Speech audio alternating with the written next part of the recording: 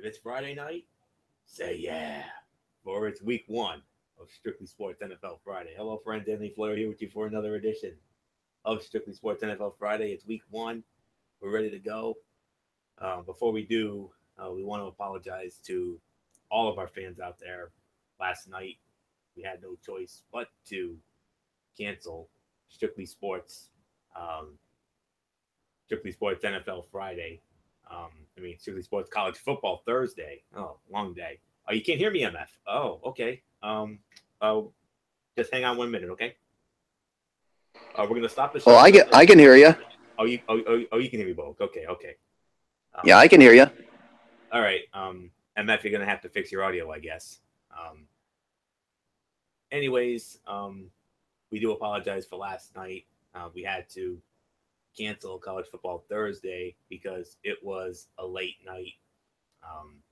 MF and Bullock both went out to view the Patriots game last night, and one it was to one's liking, but not to another. Um, a stunning result last night with the Patriots losing to the Kansas City Chiefs 42-27 at Gillette Stadium. And I know Michael Bullock's got to be a little on the offensive, but I know MF was obviously. Well, the thing is, Florio, it's only one game. Exactly. I mean, I'm not that disappointed. It's only the first game of the season. Yes, and in the immortal words of Aaron Rodgers, RELAX. That's all there is to it. I can't hear neither of you guys right now. Oh, really? It can't be me. I can't hear you, and I can't hear Bullock. I'm getting no reception. That's No weird. reception. That's Well, very can you weird. hear me, Florio? I can hear you. I can hear Bullock. I don't know what's going on with MF, but yeah, and I had to use that RELAX mode on Derek Ferrer because I got a message from him saying Matt Patricia's got to go, and I'm like, seriously? Can you hear me, guys? I can hear you. Okay. I can hear you. All right. I just couldn't hear you guys. Look, as far as the Patriots thing goes, everybody's just got to calm down and relax. Yes, I understand Exactly. it. Yes, I understand it was a horrible performance, especially in the second half. Like, they were literally outcoached. They got outplayed. And give a lot of credit to Kansas City, man, because their game plan was absolutely flawless. I mean, Hill had the game of his life. Not only that running back, the rookie running back, Kareem Hunt. I mean, my God, man. You want to talk about offensive rookie of the year? If he keeps this up, he is going to be the offensive rookie of the year, and they might have just found their running back for the future. Spencer Ware, I think that injury might have just ended your career with the Kansas City Chiefs. And you got to give Kareem Hunt credit because in that first quarter, first carry of the game, he fumbled the football. Yep. And everybody was thinking, yeah, this is not going to be good for him. But give him credit. Not only that, you know what? You also got to give him a lot. What's up? Yeah, you know what?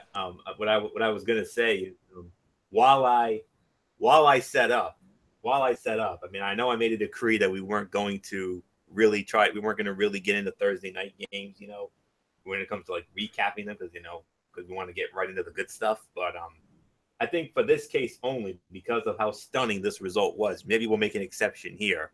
And while I, get all my schematics and information ready, I'm going to have MF start off with his thoughts. I mean, because after all, this was our game, was it not, MF? Yes, it was. Yep. So, but I think the free flowing was fine. I think this is better off if we're gonna do a Thursday night game, let it be free flowing. Let us do it like it would be. Like if you and I were doing it, a post game recap. This is perfect. I don't have got a problem with this. Okay. So no, right. Bullet, so, keep your mic on, and we'll just do a free flow.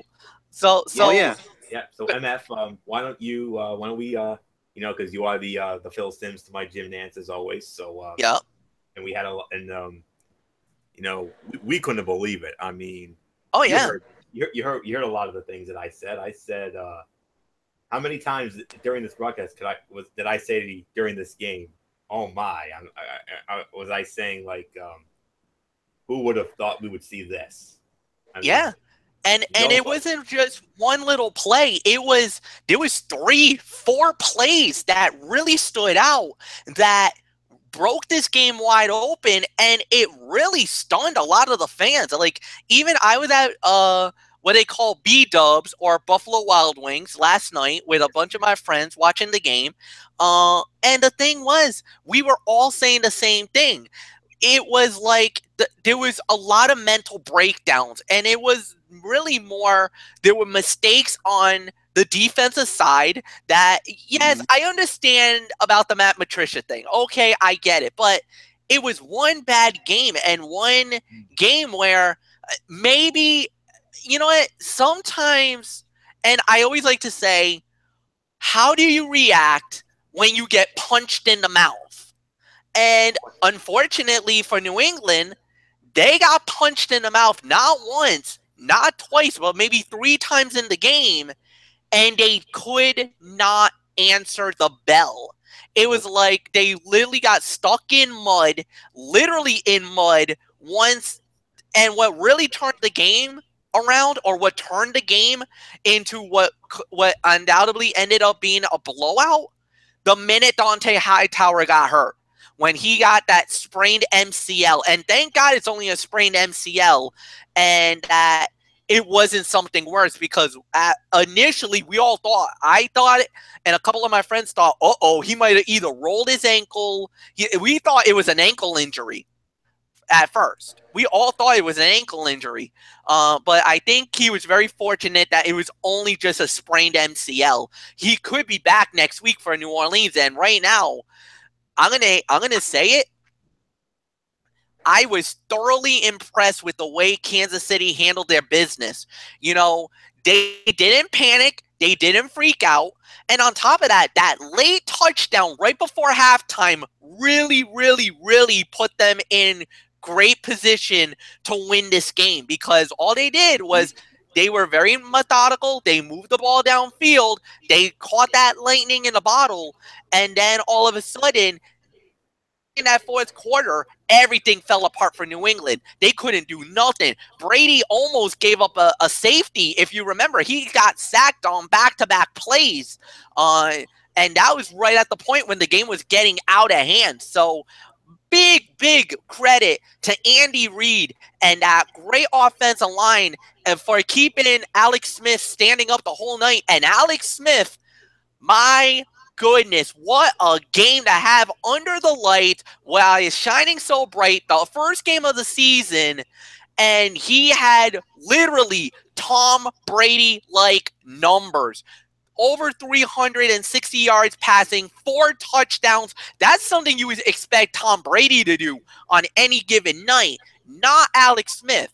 Alex Smith is normally the guy that normally gets Brady-like. What Brady got last night is what Alex Smith would normally get on an average day. 260 yards. You know, he would throw about maybe 50% of his passes, but he is a methodical guy. He is a methodical player. And let me tell you, Kansas City, I'm going to have to rethink everything about my divisional winner, because remember, I got the Raiders winning, and I had Kansas City as a wild card. Same here. That might flip after what I just saw last night. Absolutely. Oh, absolutely. Absolutely. And all right, you remember last year? You remember during our NFL Friday shows last year, one of our big helping tools was the FPI articles on ESPN.com. And you're bringing that back? Well, okay. Here's the thing. It's good news and bad news. The bad news is they don't rank every single game 1 to 16. They do, however, rank the top 5 games of the week.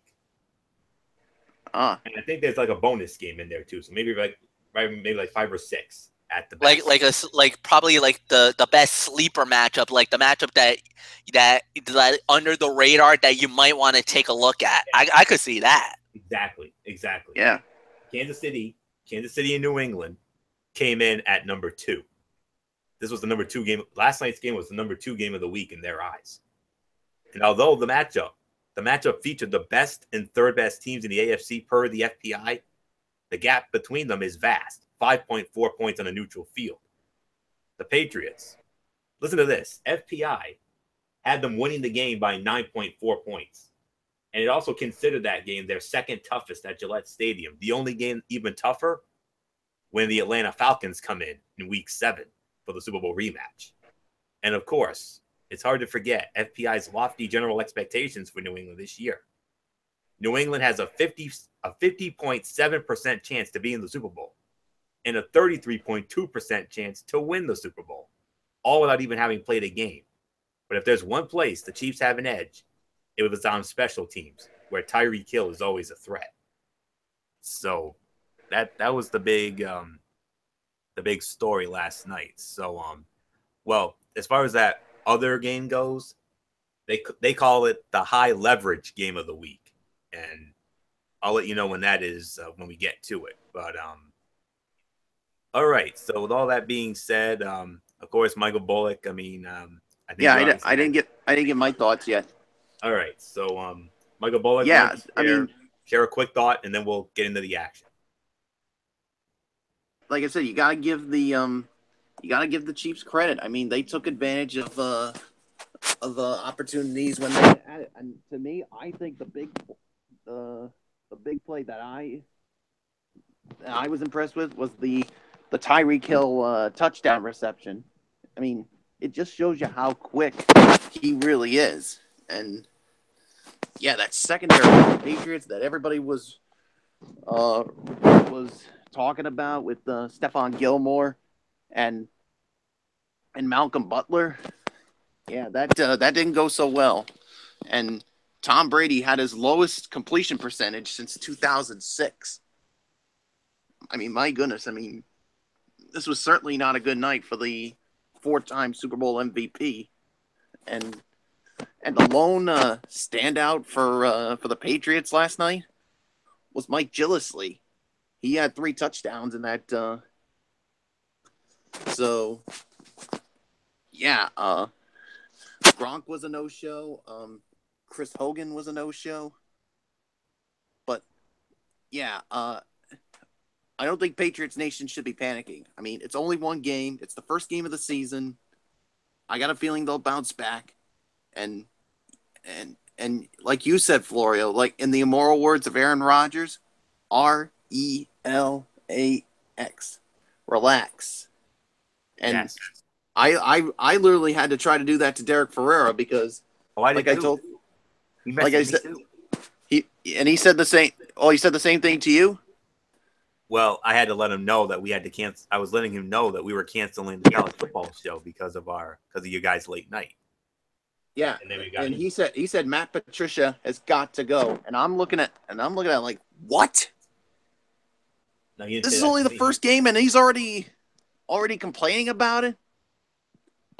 But you also got to understand, Derek Ferreira kind of took a beating last night on social media because apparently he was saying that a lot of Patriot haters came at him at full force. And as a matter of fact, I know a few people were saying that a lot of Patriot fans were getting a lot of garbage from by the rest of the NFL fan bases. I think that's a little bit unfair, and I'm a Miami Dolphin fan. I will openly admit that. But I kind of feel like, look, it's one game. I get it. It's not the end of the world. Don't jump off the bridge yet, folks. Just relax. New England's going to be fine. And if you remember, I think there was an article that the 3 years that New England lost the first game, they actually went on to win the whole thing. Three times they've done that. Yeah, 2001, 2003, and 2014. So everybody just pump the brakes and just relax for a minute.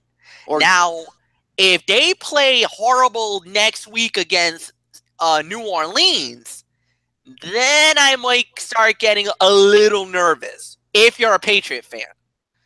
At that point, then I think Miami, Buffalo, and the Jets, we might have our eyes perked or our ears might start perking up because we'll be like, could this be the year? This could be like a down year for New England. Could the AFC East all of a sudden be wide open? I mean, Yeah. you never know. But if New England wins next week, then it'll be like, okay, now it's back to normal. Everything should be fine. But if they lose to New Orleans, those are two good teams. Even New Orleans, they got a great offense. Their defense is really suspect. We'll get into that next week. That's Yes. for next week's NFL Friday. But yeah, Yeah. I Let's just think Derek Ferrer needs to like calm down a little bit. I mean, I know. I told him to, and he eventually did. So Yeah. 'cause I haven't I met mean, him. this is like the same time. I mean, like going back to the Super Bowl. I mean, or any other time when the Patriots are losing, you're not going to believe what he always says. Yeah, thanks a lot, Aaron Hernandez, for being a murderer. Yeah, that's vintage. So I'm like, But- Derek, that's a thing of the past. You got to move on. live in the now. Live in the now. Exactly. Live in the now. That's all there is. That's all there is to say And about that. and the thing is, it almost baffles me sometimes because, and I don't want to, I might really get a little bit on trouble, but I don't care. But some of these Patriot fans, if it goes the way like last night, it's almost like life or death. And I'm thinking in my head, I was like, it's only a game. It's only sports, guys. I don't think, like, I know, Anthony, you never, I know with your Buffalo Bills, if you lose, you're like, all right, it happens. I'm good. I'm cool with it. I'm used to it. Bullock, you're exception to the rule because I found out a story about you that really got me ticked off when I heard about that. It was my mother. I told that to you, Fletch. Yeah, and I could not believe it when I heard that. Well, why don't you tell Florio this? Okay. During last year's Super Bowl, I think I told you this, Florio. I think we got into this, but during the Super Bowl, Bullock was so distressed over, was it the pick six when Alfred got the pick six on Brady? Oh, okay, I think I know this story. He walked away, and all right. Yeah, he walked out. I know the story, and I remember me and Florio both went livid, like we went nuts. We were not happy with you, Bullock. We were not happy with you because oh shit.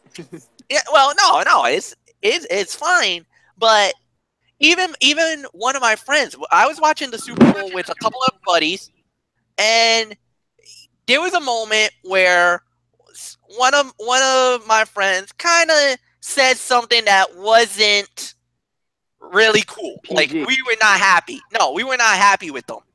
He ended up apologizing and saying, "Oh, I'm sorry. It was spur of the moment," and he even tried to apologize to me again after the game. I'm like, dude, I know it's the heat of the moment.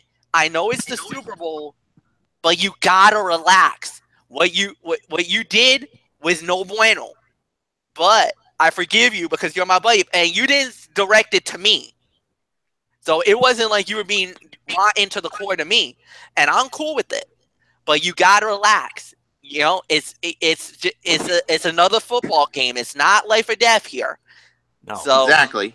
that's the thing. Some people, they get it.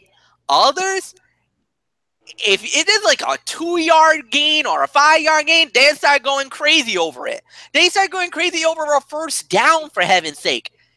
No. A first down is a first down. You can go nuts if there's a touchdown. You can go nuts if there was a fumble or an INT. I can give you that. Or you could be like me, where I went nuts when James White won the Super Bowl. Well, hey, if you win the Super Bowl, you got every right to start jumping like Tigger. That like that iconic moment when you started jumping up and down like a madman when the Bruins won the Eastern Conference Championship on June 17th, that was perfectly legal. June 7th, That was you had every right to do that. You even had every right to jump around when James White won the Super Bowl. That's fine. That's all cool. But the walking away was no. Even walking away, you needed a breather. You needed a moment. Okay, fine. You needed it. I understand the frustration. I get it. What was so crazy was my buddy was calling me every 2 seconds about the game. No, I don't care. You got to be in the moment, and that's it. Yeah. Everybody else, you're cool. Even one of my Special Olympic friends, he says the same thing. It's just a game. Right. Exactly. It's just a game. Yeah. It's not the end of the world. It's not the end of the world. All you Patriot fans would think you're entitled to everything. Duh. Well, I'm not like all those other diehard Patriot fans. I am, but I do it in a respectful way. I'm glad you do. So I'm not gonna be like those other those crazies out there who do like stupid idiotic things. I'm not gonna be like that. Oh, no trust me, I saw a couple of crazy idiotic people last night at Dave and Buster's, but relatively for the most of the night, the people that I was hanging out with, they were cool as heck. I really enjoyed them. Like they were awesome company. And I'll say this, I'm probably gonna go more often during the season. Well, not on the weekends because I gotta work. And if I can catch a Sunday night game, fine. Monday night, maybe I might. I don't know. Depends. Thursday night, like last night, I might drop in just for a little bit, but it depends on what the matchup is. Exactly. More or less. Yeah, but I think with that being said, I think we've gone on for too long. I think it's time we start previewing the rest of Week 1 because that's what we're all here for. Exactly 14 games, people. 14 games. Let's go. Let's roll. Yes, 14 games, not 15. And Floria, one more thing I think you forgot to mention. I'm bringing back what I did last year. Yes, the injury reports. Yes, absolutely. So, Michael Boyd will have I basically... Yeah, to those folks, I basically introduced it, like, I think it was midway through the season, right? I believe so, yes. Yeah, but this is the first time I'll be doing it for the full season. So for those who don't know about it, I will be giving the injury, but to only, like, important players. Yeah, notable injuries. That's good. We don't need the whole injury report because we'll be here all night. So. Only those that are, like, really important, like the most important names. Yeah, the big names. You got it. All right, let's do it. All right, let's go.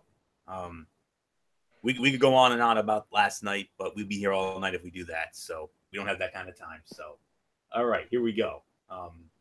We do have one elephant in the room to address. There was a game on the schedule that was supposed to go down, but due to the threat of Hurricane Irma, the Tampa Bay Buccaneers and the Miami Dolphins will not be playing this week.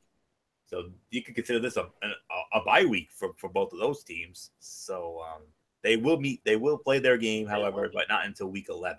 So we'll get into that in week 11. So, all right, first game on the docket, and this one just got really interesting. We got the New York Jets squaring off against the Buffalo Bills from Ralph Wilson Stadium, or I believe they call it New Era Field in Buffalo, Orchard Park, New York. This game will be broadcast on CBS, and by the way, we're going to get this game on our CBS affiliate, guys. So just want to let you know that. And on the call for that game on CBS, it'll be Kevin Harlan with Rich Gannon and Steve Tasker. They're going to be on the call for that one. And the series history favors the Buffalo Bills 59-53. I believe that's the most recent. Yes, 59-53 in favor of Buffalo. However, the Jets swept both meetings last year. And the reason why I say this is an interesting matchup is because of the fact that both of these teams, whoever wins this game, is actually going to have sole possession of first in the AFC East after 1 week, if you can believe that, because of the Patriots losing and the Dolphins not playing. Jets won 37-31 in Buffalo last year. Bills last beat the Jets at home the year before, 2015. That was a 22-17 score. And the spread favors Buffalo by 8 to 10 points. So I'm very grateful for that. This game did not crack the top 5 of the FPI, but we'll get into that. So there's nothing left for me to say. I got Buffalo in this one. I mean, oh my goodness, if this happens, I never would have imagined that after week 1, the Buffalo Bills would actually have sole possession of first in the AFC East. But it's only one game. I'm not going to get too crazy about it. But I want to see my team start off on a high note here. I mean, normally Jets Bills games in the past were really good, but this time around, I don't know. I mean, it's got to be Buffalo. I mean, they're 8 to 10 point favorites, and I mean, this is a great matchup for it's a great matchup for Buffalo, no question about that, and definitely like their chances here. I mean, they've done very well against them in Buffalo, and yeah, I'm just trying to get a schematic here. I mean, Jets roll into Buffalo to kick off the season, so time to get prepped. And we got the biggest mismatch in the game, the player who represents the super unknown. So, yeah, so there's nothing left for me to say on this. I mean, it's got to be Buffalo here. No question about this. I mean, the running game, I think they're going to have a solid game. I mean, Shady McCoy had a hell of a year last year. Tyrod Taylor battling a bit of an injury, but I think he's going to be just fine. And I think he's going to do well. Nate Peterman, who stepped up in the preseason. And, the Jets are a mess. Let's not kid ourselves. So I'm just going to keep it short and sweet. I got Buffalo winning this game. I don't really know about a score, but I got Buffalo in this one, 8 to 10. I'm thinking 24-17. Buffalo should defeat the Jets in this one. So how about it? If it goes the way I think it does, Buffalo is going to have sole possession of first in the AFC East after a week. Unbelievable. Never thought I'd say that, but Buffalo wins. So MF, the Jets and Buffalo, not our matchup, but we've called many of their games in the past. So who do you like here? I agree, Anthony. I got to go with the Buffalo Bills as well. The Jets is just an anomaly. They're just a mess right now. I don't think they really got a true identity or anything else. And don't get me wrong, Buffalo's been having a little bit of a rough off season as well, more than anything else. But I think just the quarterback play is a little better than the Jets, and I just think anything else in the situation, I would say normally I would definitely say give the opportunity or give the odds to the Buffalo Bills. I just think they're just a better team this time around than anything else, and we'll have to wait and see what happens. It's going to be a good matchup. It's going to be a good game. I definitely will give you that much, and we just got to see how everything will play out at the end. One thing that I would keep a close eye on in this game, and this is the one factor that I would have when we're talking about Buffalo versus Buffalo and the Jets, is basically just to keep a close eye. I want to say more or less the conversation that I would say or that I would look in this battle on Sunday afternoon is that it just has the feeling that, when you still have LaShawn McCoy, Tyrod Taylor, I don't know if he's really going to be in there. It's practically going to be somewhat of a game time decision more than anything else. But I will say this, when you got them at an 8-point favorite, that's good enough to say. And even the ESPN index, 75 to 25. Buffalo, people are picking Buffalo. Go with the Bills. I just like what they're going to bring to the table, and there's really nothing more to say here. So, Michael Bullock, I give it to you. Give us the injury report. Well, you basically just mentioned, Tyrod Taylor. He is like a game time decision. But I think he should. But he was a full participation in practice, so today, and I think he should be ready to go. But according to what I'm reading here on the injury report on NFL.com, there's really no real important injuries to report to for important guys. So not real much here. So for both teams. So yeah, I never would have thought I'd say this, that this game could have an indication on who gets first place, even though it's only week 1.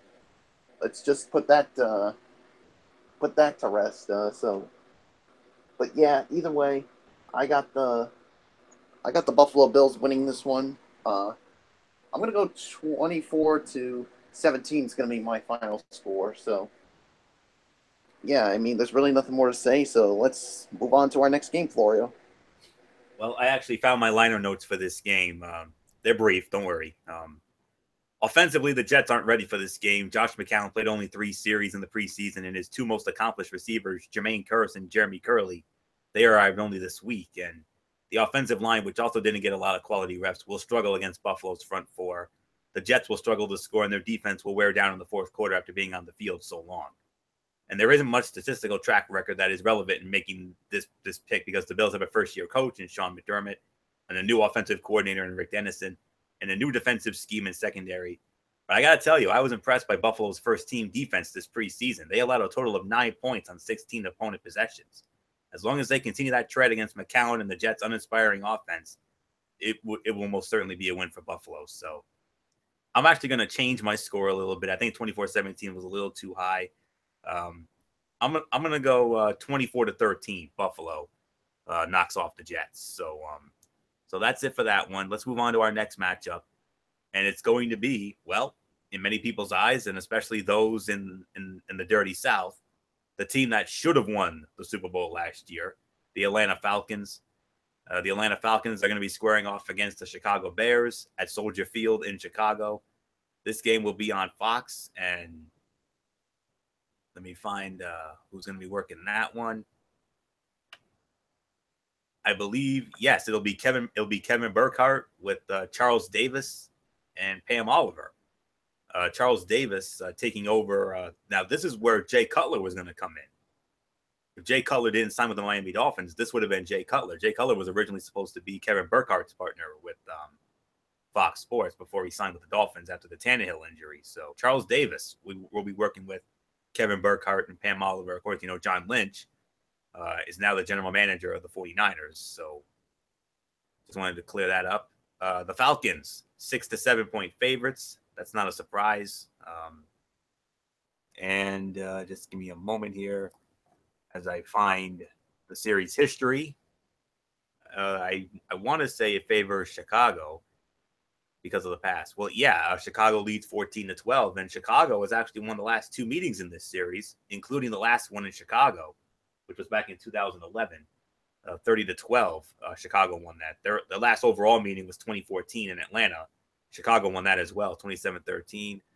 And the Falcons have not come out of Chicago with a win since all the way back in 1983. That was a 20-17 win. And oh, by the way, this game is not in our top 5 either when it comes to the FPI.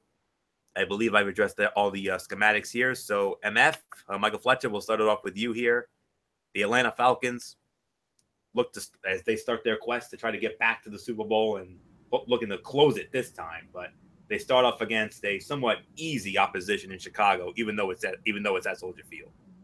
Never easy at Soldier Field, especially with the Bears defense, but you never know what they're going to bring. But Atlanta's poised, man. They got so many weapons.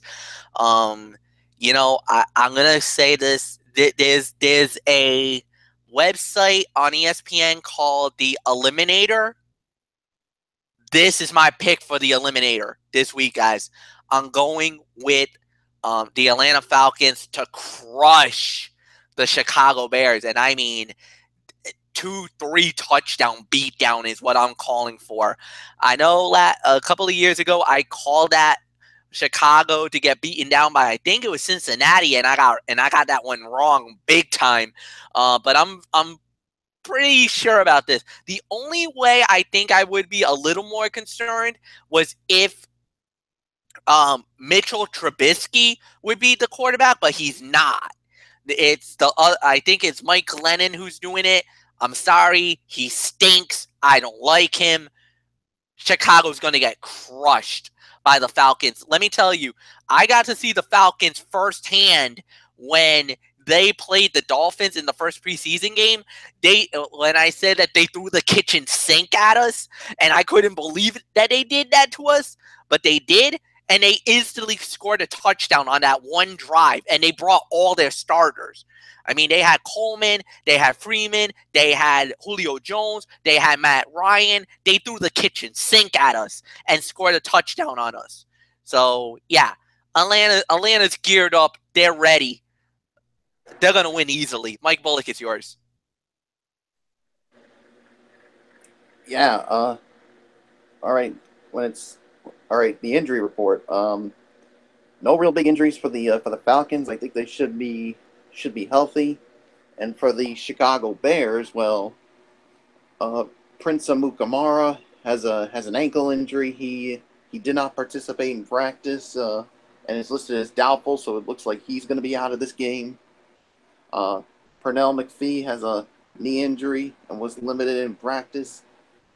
He is listed as questionable, and Marcus Wheaton has a finger injury, and he was a limited participation in practice and is listed as questionable. So, yeah, the Atlanta Falcons this year. I mean, it's all about them trying to get back to the Super Bowl and try to right the wrong from what happened in Super Bowl 51 and 5-point lead. And many people said they should have won that game, but this team's highly motivated. They got all those offensive weapons. You got the reigning MVP, Matt Ryan.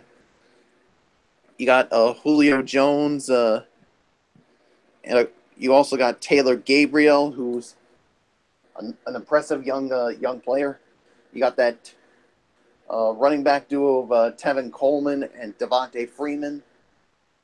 That young defense, I think, is gonna play well this season.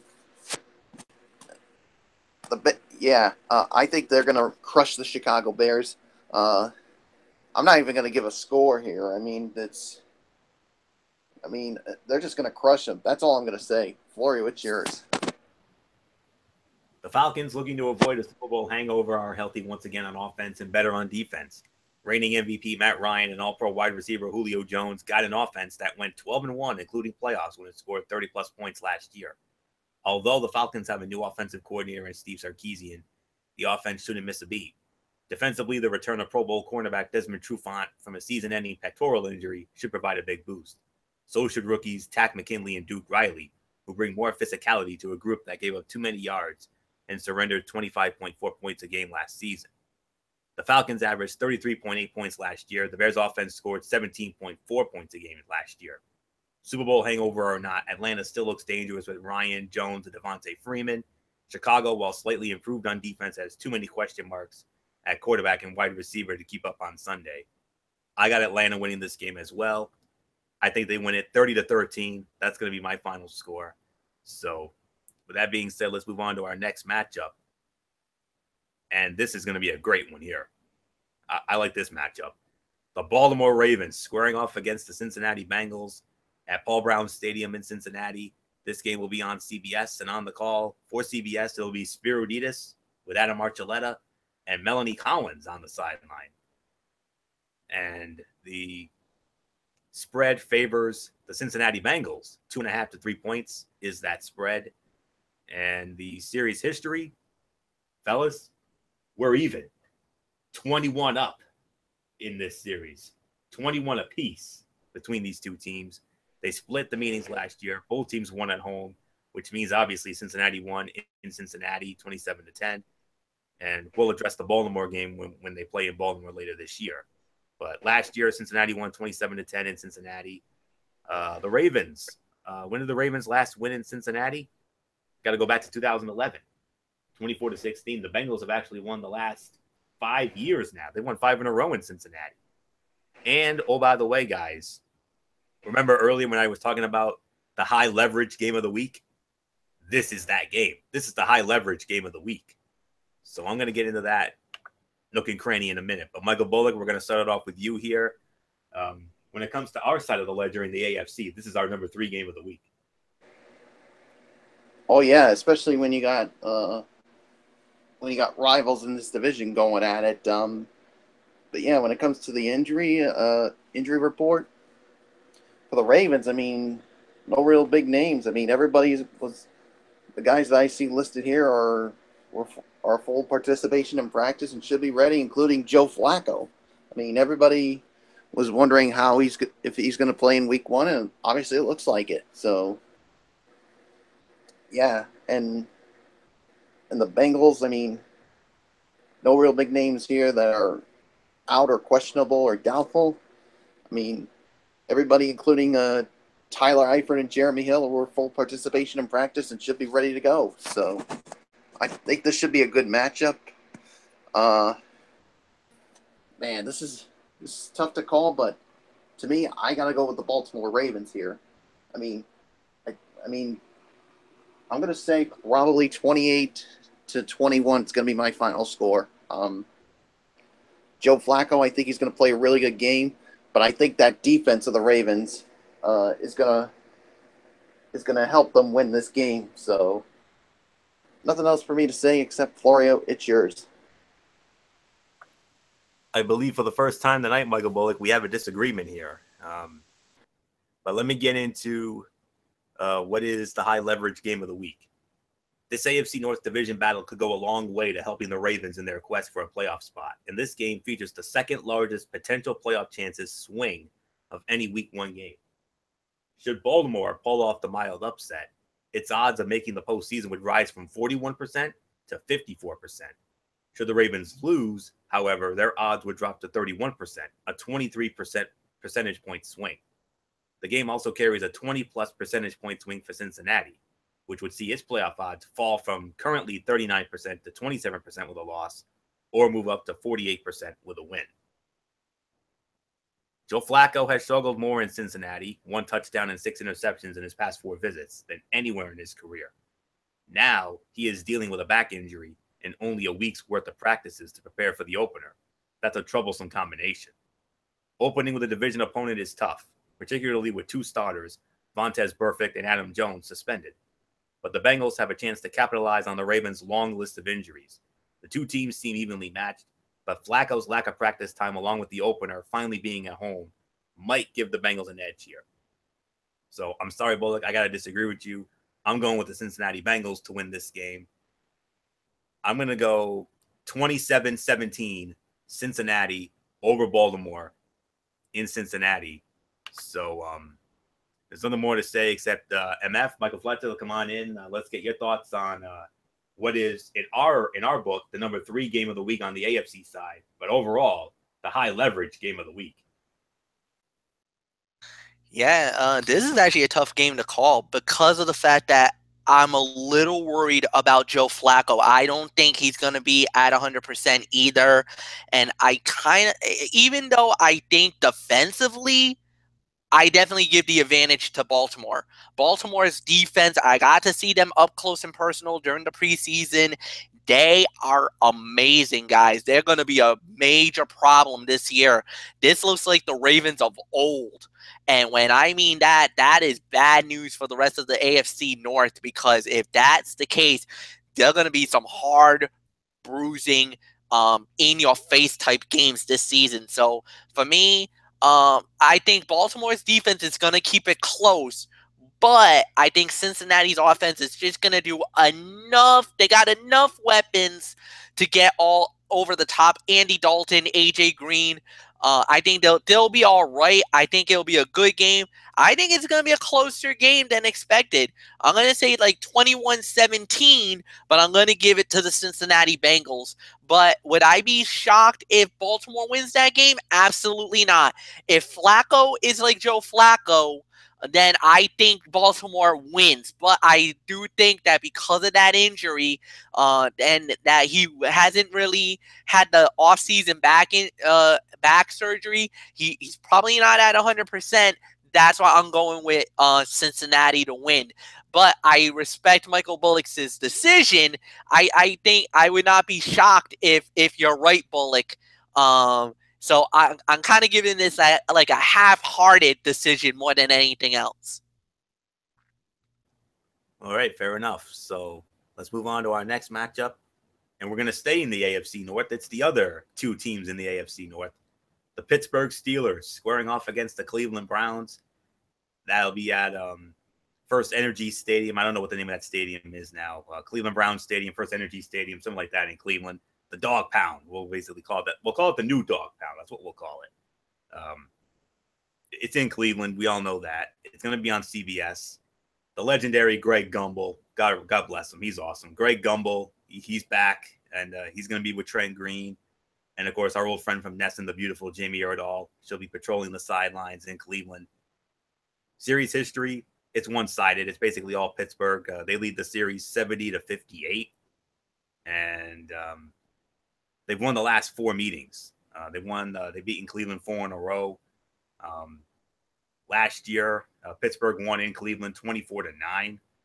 And the year before, it was 28-12. The last time Cleveland beat the Steelers at home, not that long ago. It was only 2014. Cleveland pulled a huge upset, 31-10 in 2014. So that's that. The spread, I am almost certain it's got to be Pittsburgh. Pittsburgh a 9 to 10 point favorite here. That's not a surprise. Not in our top 5. Yeah, what a shock that is. And I believe I've covered all the schematics here. So, okay. Ben Roethlisberger is 20-2 against the Browns, including 10 wins in Cleveland. 2 of the Browns' the best defensive players are not available. Myles Garrett because of injury. Joe Hayden on the opposing team's roster. Le'Veon Bell and Antonio Brown have combined for 905 yards in their past 3 games against Cleveland. There are many ways to say Pittsburgh is not a good matchup for Cleveland. It would be nice to think the Browns can start with an energizing upset led by a rookie quarterback, but it doesn't seem likely. DeShone Kizer faces the challenges all rookies face, and he faces a big challenge against the Steelers' complex zone blitz scheme. Defensively, the secondary will have to deal with Brown and Roethlisberger and the return of Bell. The Steelers have too much firepower in this game. Pittsburgh wins, no question about this. 27-10. That's my final. So, MF, I remember last year you were very high on Pittsburgh. You even had them representing the AFC in the Super Bowl. And if they're gonna get there this year, this is a great first step when you have the ultimate cupcake in the Cleveland Browns. Not only that, but the ESPN Eliminator, this is the team that they're picking. 32% of the entire country is picking the Pittsburgh Steelers as their eliminator pick. So basically, out of all the teams that's on the docket, and I'll even say this, they are the sexiest pick going in. And no doubts in my mind, I got Pittsburgh's going to win easily. I mean, I don't see a threat. I just feel like right now they're just that good. They're that strong. And now you got Martavius Bryant back out of what happened last season with him. He's coming back. He's going to be energized. He's going to be more than anything else. And you're throwing DeShone Kizer as the quarterback going into war with not only probably one of the perennial favorites of the AFC, the Pittsburgh Steelers, to possibly go to the Super Bowl this year. This is a major dangerous game. Plus, on top of that, your best defensive player, the number 1 overall pick, is not playing. Myles Garrett is out. Do I even need to give you any more reason to go with the Pittsburgh Steelers? Steelers will win this game. I would be stunned if this game is not a 2 or 3 touchdown margin. Probably more than that in my eyes. Mike Bullock, I give it to you. Yeah, when it comes to the injury report for both sides, I mean, no real big names are on the injury report, so I guess everyone's good to go. But yeah, basically, I'm just going to keep it short and sweet. I got Pittsburgh winning this game. I got them winning it big time. I mean, Pittsburgh, many people thought they were going to go to the Super Bowl last year, but of course, they lost to the Patriots in the AFC Championship game because, well, one of their key guys got hurt in that game, and that was Le'Veon Bell. So basically, Pittsburgh's playing with a chip on their shoulder this season. So yeah, there's really nothing more to say. Pittsburgh's going to win big time. Let's just move on to our next game, Florio. That next game is going to be the Arizona Cardinals squaring off against the Detroit Lions, Ford Field in Detroit. This game will be on Fox, and on the call for Fox, it'll be Chris Myers and his new broadcast partner, Daryl Moose Johnston, and Laura Oakman will be on the sideline for Arizona and Detroit. Series history favors the Detroit Lions 31-28 with 5 ties. However, Arizona has won the last 7 meetings in a row against the Lions, including the last one, which was in 2015. That game was in Detroit. Arizona blew the doors off of Detroit, 42-17. The Lions' last win against Arizona was at home, and it was in 2005. It was a 29-21 win, but ever since then, it's been all Arizona all the time. Not in our top 5, not a big surprise there. And the spread favors the Arizona Cardinals, but only by 1 to 2 points. So, MF, we start this one off with you here. Arizona, Detroit. For me, this is a tough one to call, but thankfully you and Bullock can give me a few minutes while I think about this. Arizona and Detroit, interesting matchup at Ford Field. It is an interesting matchup because of the fact that Arizona, look, I'm going to say it like this. They're not the sexiest pick. They're not going to be that perfect team out there. I think that's the best way to talk about it. But I will say this. It is going to be an interesting matchup. I think we're going to have a lot of fun with this game. This is going to be a good matchup, to say the very least. And I will openly admit, I don't know how this will play out. And I'll openly admit that because this is a virtual pick'em game. Even though the majority of people are saying that they're going with Detroit to win this, I think the way that you kind of have to look at the situation and look at, how this is going to break down, it's really more, what is Matthew Stafford going to do now that he's got the richest contract in NFL history, but he's going up against a really good defense. When you got Tyrann Mathieu, the honey badger, I love that guy. When you got him to manning the defensive role and keeping his eyes on the field, that's going to be a very interesting breakdown, to say the very least. And let me tell you, when you're going up against Arizona, who basically gave up the second fewest yards and topped the league with 48 sacks, that might be bad news if you're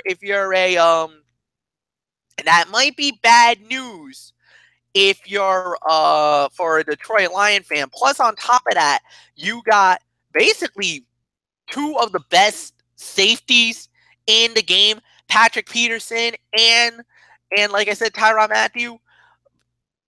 But, we're going to wait and see what happens. This is going to be a good matchup, to say the very least. But I got to say, I got to go Arizona. Number 1, Larry Fitzgerald. Number 2, David Johnson. The running back had a monster year last year. I think he's going to have it again. I definitely love what Bruce Arians has been doing.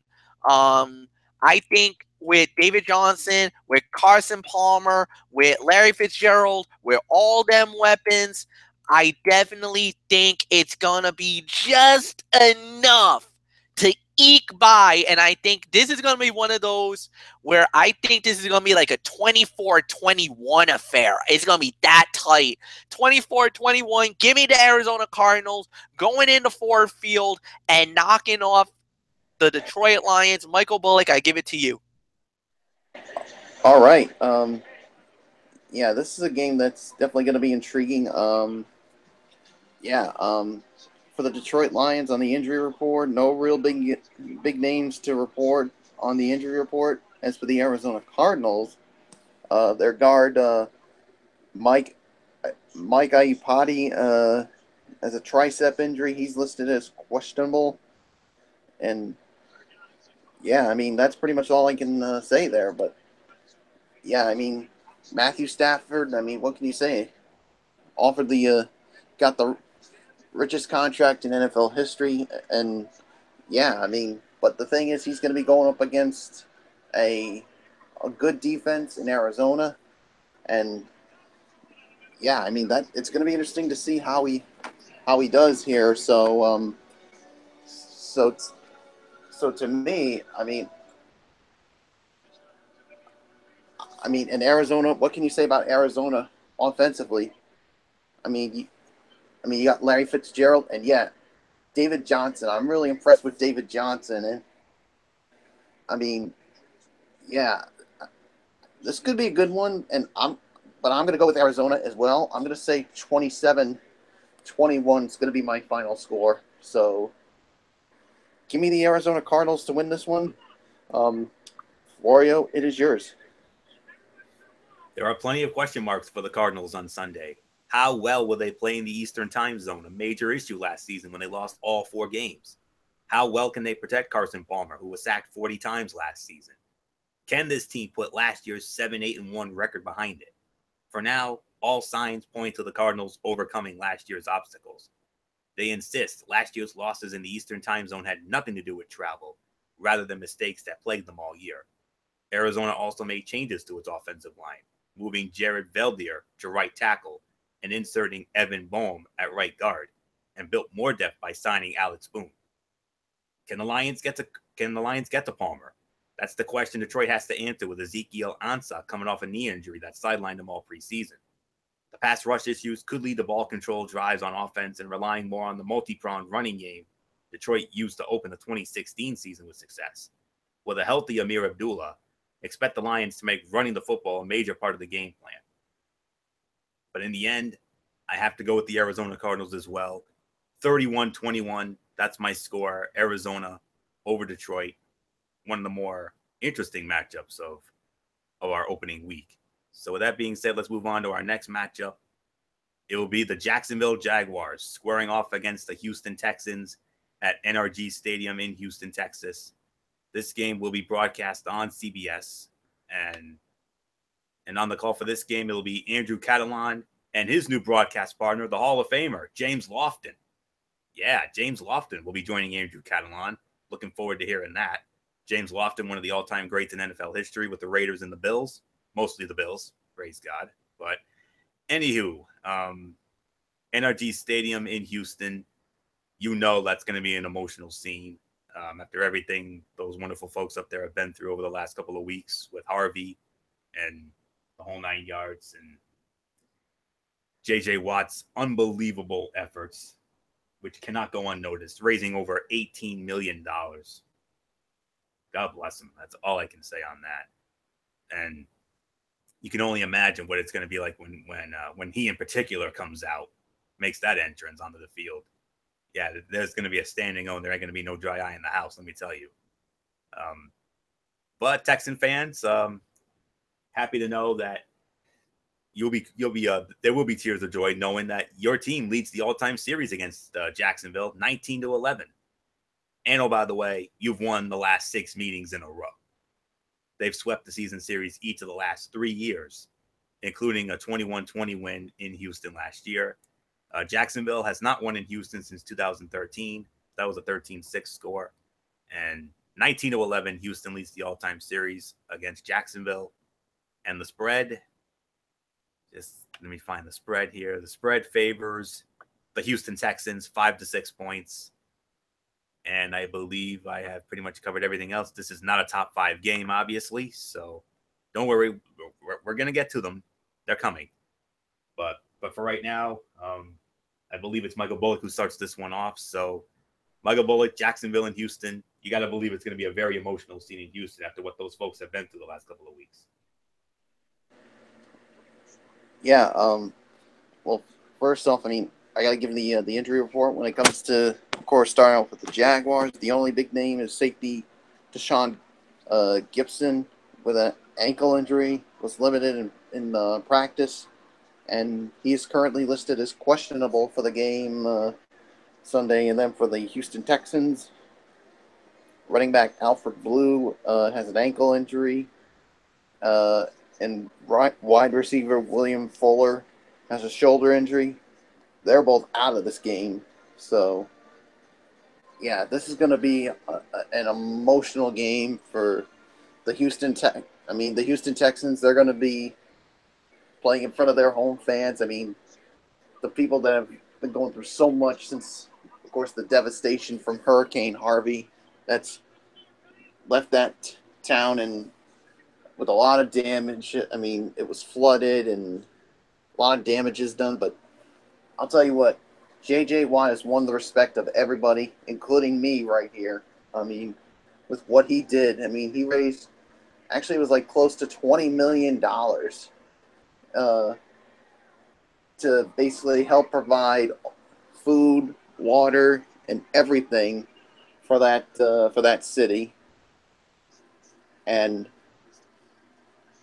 when he comes out and does his usual thing, he's going to get a big time ovation from that sold out NRG Stadium. Yeah, and I think they're going to feed off that crowd. And this Texans team, I mean, they're very good defensively. They were the number 1 defense in the National Football League last season. Of course, they got to the playoffs and lost to the Patriots in the divisional round. So obviously, we're going to see Tom Savage at quarterback, but don't be surprised if we see some Deshaun Watson in this game. Maybe for those for that Wildcat formation. So, but either way, I got the Houston Texans winning this one big over Jacksonville. I got no high hopes for this Jacksonville Jaguars team, so. Yeah, so give me the Texans to win this one. Florio, it is yours. Quarterback Blake Bortles is 0-6 against the Texans and has completed just 53.4% of his passes with 6 touchdowns and 8 interceptions in those games. He also has been sacked 24 times in those 6 games.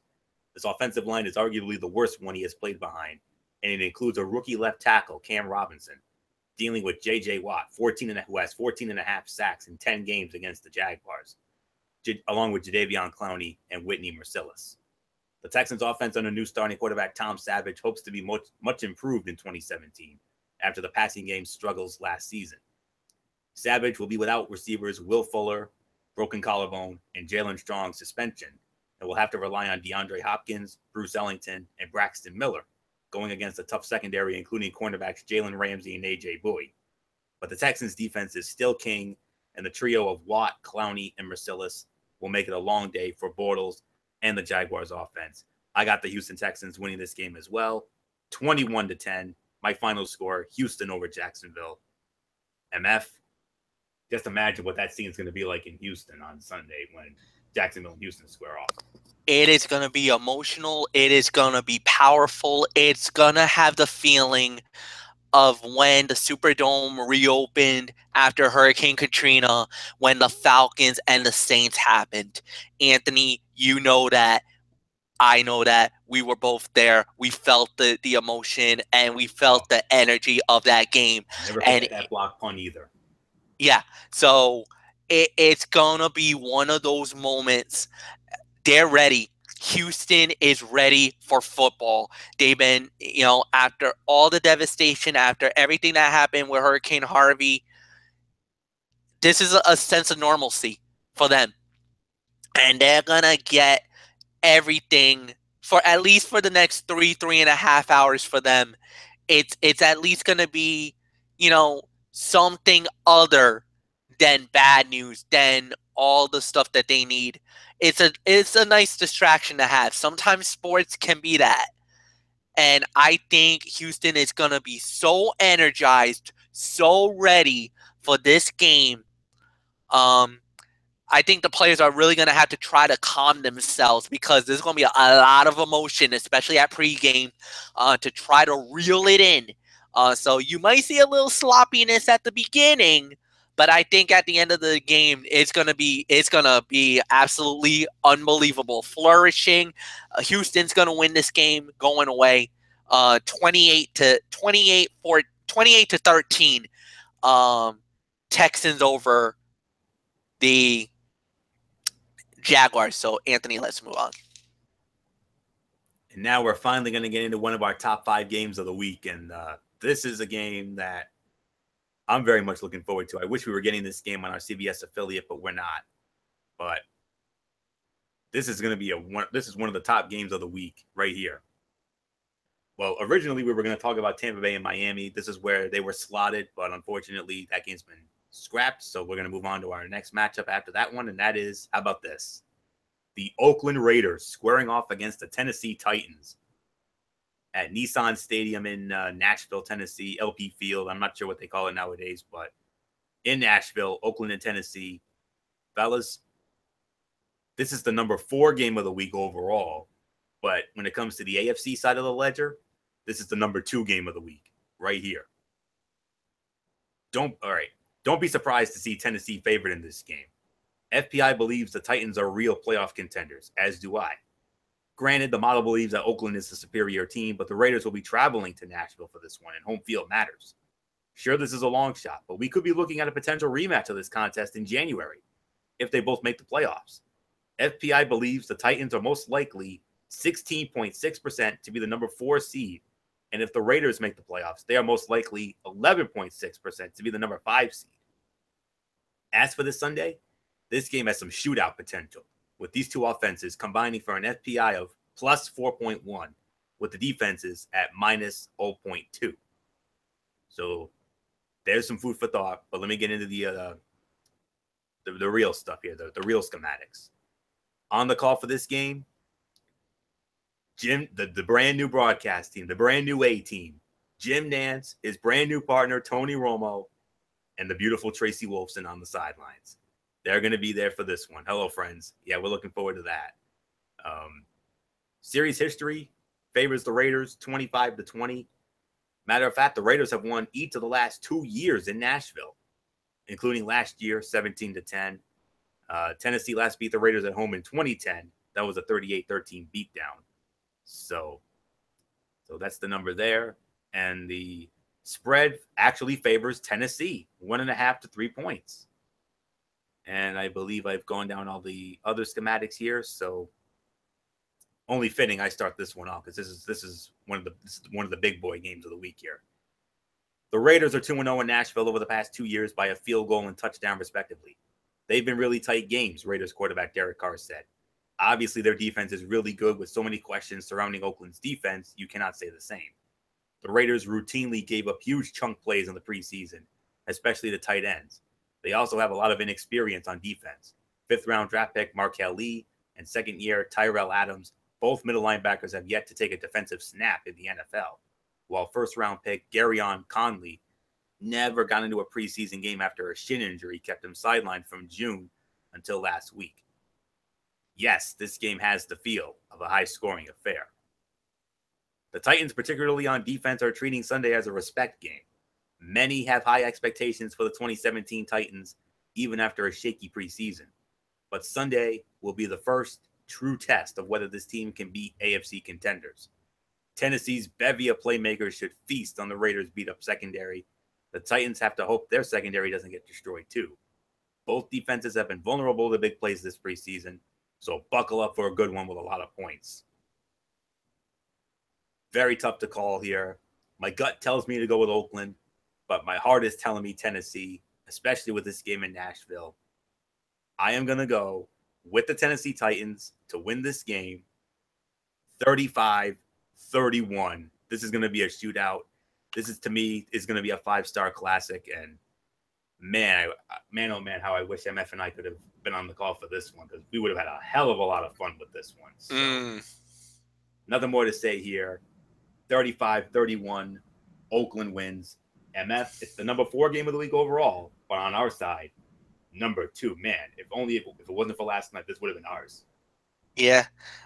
Actually, you said Tennessee to win, right? Initially, because you just said Oakland. Yes. Tennessee. Okay. I'm just so excited for this game, man. Yeah. Well, no. Hey, you got every right to be. You got every right to be. So that's why I just wanted to make sure that you weren't trying to throw the monkey wrench at me here. So I'm gonna disagree. I gotta go with the Raiders. Look, I understand why Tennessee is the sexy pick, and they are. No doubts about it. They're a sexy pick. I'm going with Oakland. I'm going with the soon-to-be Las Vegas Raiders. Let's call it as we see it. I just think they're a better team. I think offensively they are loaded. I mean, Carr, Marshawn Lynch, you got a big running game, a running attack, Amari Cooper. I mean, these boys are gonna ball. And I do believe that. The one problem I got is the defense, but I think the defense is a lot better than advertised. Khalil Mack, I think, could be the defensive player of the year when this is all said and done. So I think it's going to be a great game. I think it's going to be a shootout as well. 31-28, though, and I got the Raiders beating the Titans in this one. So, Michael Bullock, I give it to you. All right. When it comes to this, of course, I got to start with the injuries. Of course, the only big name for the Oakland Raiders, of course, their kicker Sebastian Janikowski has a back injury, and he is listed as questionable. And no real big name injuries for the Titans. So, yeah, this is going to be a game I'm going to have a vested interest in for Week 1. The Oakland Raiders, of course. I mean, adding Marshawn Lynch, beast mode. Of course, they'll be getting Derek Carr back after he suffered an injury that pretty much, prevented them from going on a deep playoff run. And Tennessee, I like what I see from them. I think they could be a playoff team. Of course, led by Marcus Mariota. This is going to be a fun game to watch. This is a chance for Tennessee to make it to really make a name for themselves in the first game of the season against the Raiders. So with that being said, I'm going to have to go with the Oakland Raiders this one. I think they're the better team in this one. I'm going to go 35-31. Raiders win it. Derek Carr is going to have a solid game. Marshawn Lynch will have a solid first game as a Raider. Of course, you got Amari Cooper. And on the defensive side, let's not forget about Khalil Mack. So there's really nothing more to say. Let's just move on to our next game, Florio. And we move on to what I call the Joe Buck and Troy Aikman division, the NFC East, and a division rival here. The Philadelphia Eagles squaring off against the Washington Redskins, FedEx Field in Landover, Maryland. This game will be on Fox. And on the call, it will be Kenny Albert and his new broadcast partner, Rondé Barber, and also new sideline reporter Christina Pink. She'll be on the sidelines for that one. And the spread favors the Philadelphia Eagles. Pick them to 1 point in favor of Philadelphia. Not a top 5 game, just to be clear on that. And series history, a long series history. 85-73 with 5 ties in favor of the Washington Redskins. And the Washington Redskins have actually won the last 5 meetings against Philadelphia. including sweeping the last 2 years. They won last year in Washington, 27-20. Philadelphia last came out of Washington with a win back in 2013. That was a 33-27 win. But since then, Washington has won the last 3 years against the Eagles at home. So I think I've got all the schematics out of the way. So, MF, we started off with you. This NFC East matchup, is it going to be fly, Eagles, fly? Or is it going to be all hail the Redskins? You love when I used to do that too. I gotta say, fly Eagles fly. I just think there's too many factors. No more Pierre Garçon. No more Deshaun Jackson. Those are your two biggest receiver threats. Plus, you got your Garrett Blount. You got some major weapons on Philly. Darren Sproles. They're gonna be fine. I got Philly winning this one. Fly Eagles fly is what I say. Mike Bullock, I give it to you.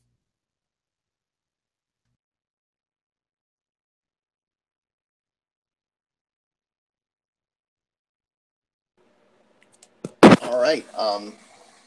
Let's get to the injury report when it comes to the Eagles and Redskins. Of course, no real big names on the Eagles. As far as the Redskins, the only big name is that I know is Jamison Crowder with a hip injury. He's listed as questionable. So yeah, I mean, there's really nothing more to say. I mean, I'm gonna say fly Eagles fly on this one as well.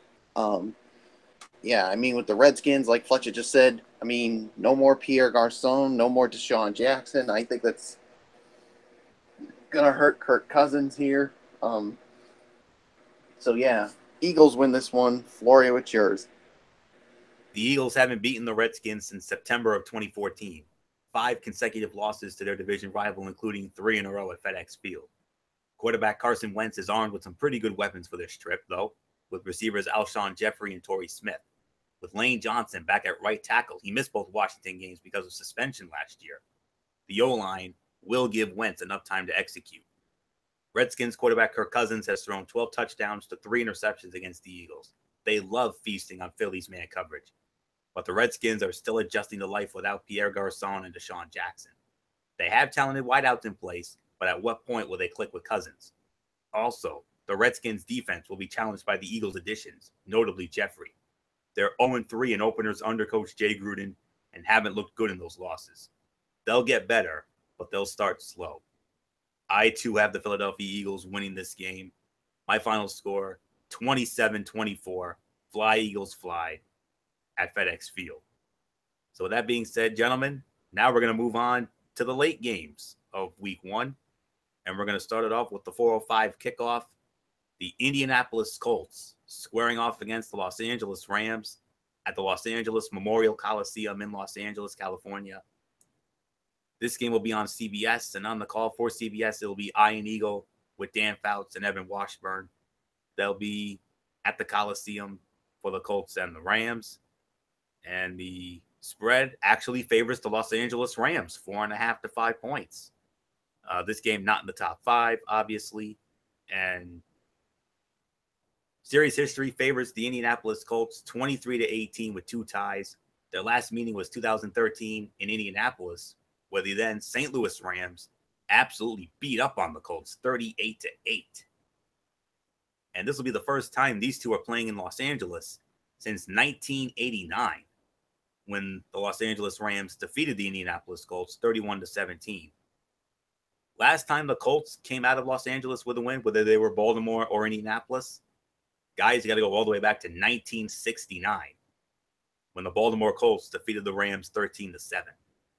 So I believe we've covered everything else. So Michael Bullock, we started off with you here. We start the late games off with you here. Indianapolis Colts, Los Angeles Rams in the Coliseum. Who do you like in this one?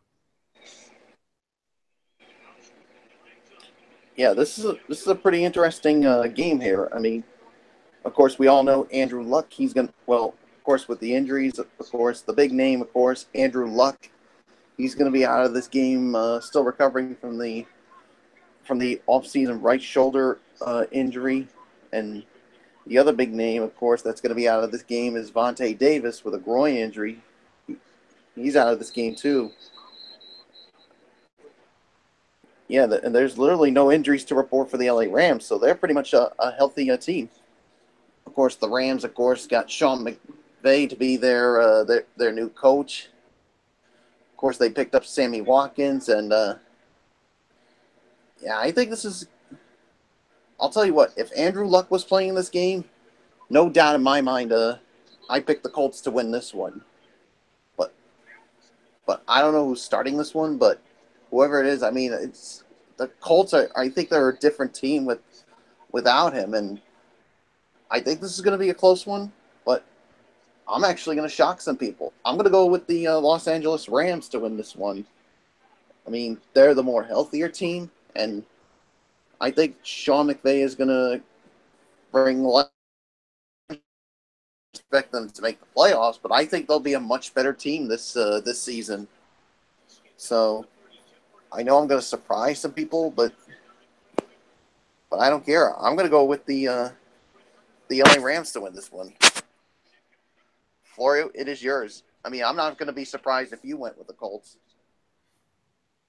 No, Bullock, I agree. I got the Rams as well. But let me get to my liner notes here. This seemed like a winnable game when the schedule was released in April, but that changed when quarterback Andrew Luck, shoulder, center Ryan Kelly, foot, and cornerback Vontae Davis, groin, were ruled out.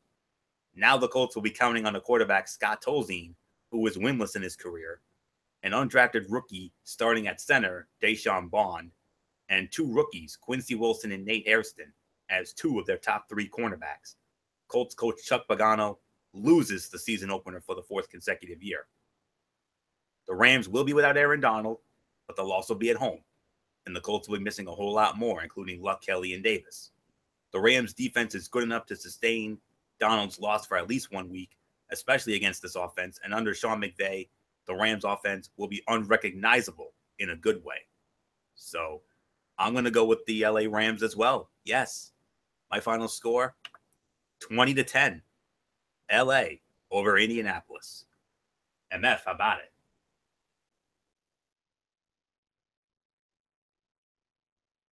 I gotta agree with you as well. I gotta go with the Rams. I think Todd Gurley. I think they got enough weapons over there.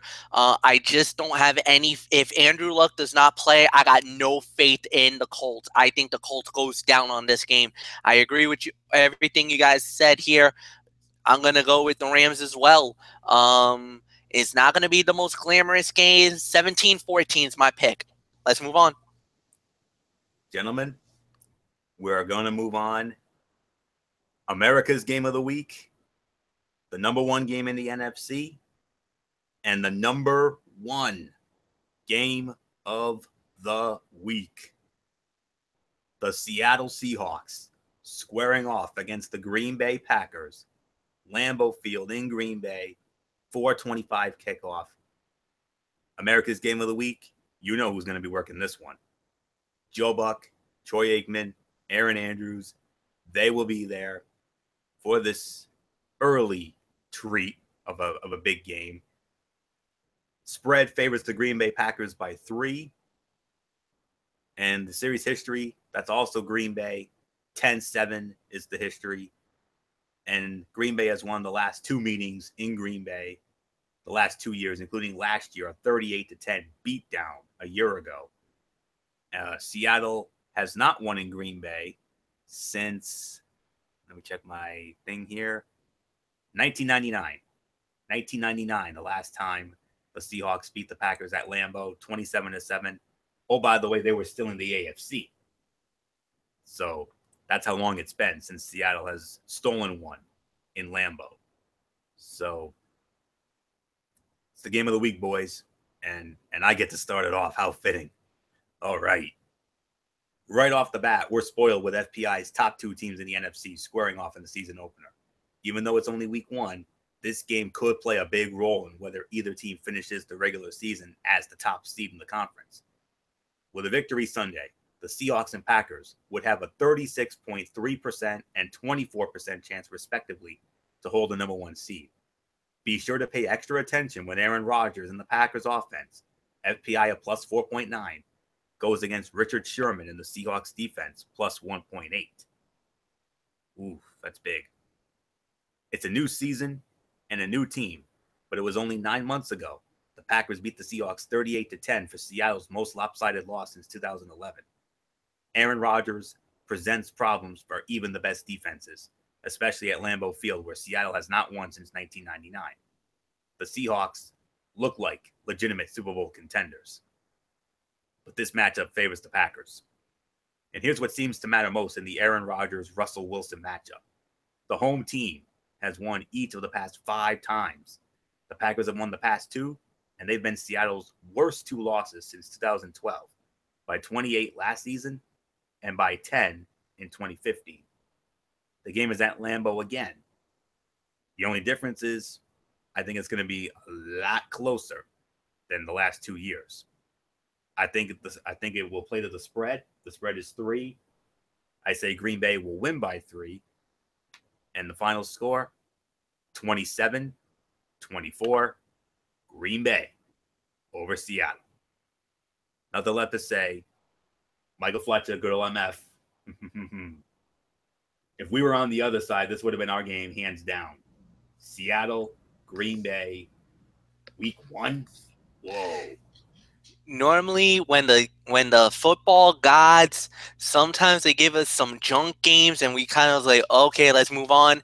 But then the football gods bless us with a matchup that makes us say, thank you, Lord, praise Jesus, and amen to football. And this is one of them. Game of the This week. is as good as it gets. You don't get any bigger than this. 2 perennial powerhouses in the NFC. 2 teams that very easily we could be talking about in Minneapolis playing for the Super Bowl this year in February on NBC. So, I mean, what a week 1 matchup. You know, in college, we had Florida State and we had Alabama. This kind of has a playoff feel. This has an NFC championship type feel. This is a heavyweight fight, man, and this is going to be unbelievable. I just hope that the game delivers, and I hope it delivers in ways that would make us say yes, yes, yes, yes, yes, and I think it will. It's going to be a great matchup, no doubt about it. But I got to go with Green Bay. I got to go with Green Bay because of the fact that I just think they're going to have enough weapons to get the job done. So for me, give me the Packers. It's going to be tight like Anthony had it. But I'm going to think this is going to be like a 24-20 affair. That's what I'm going to say. 24-20. Green Bay wins. Mike Bullock, it's yours.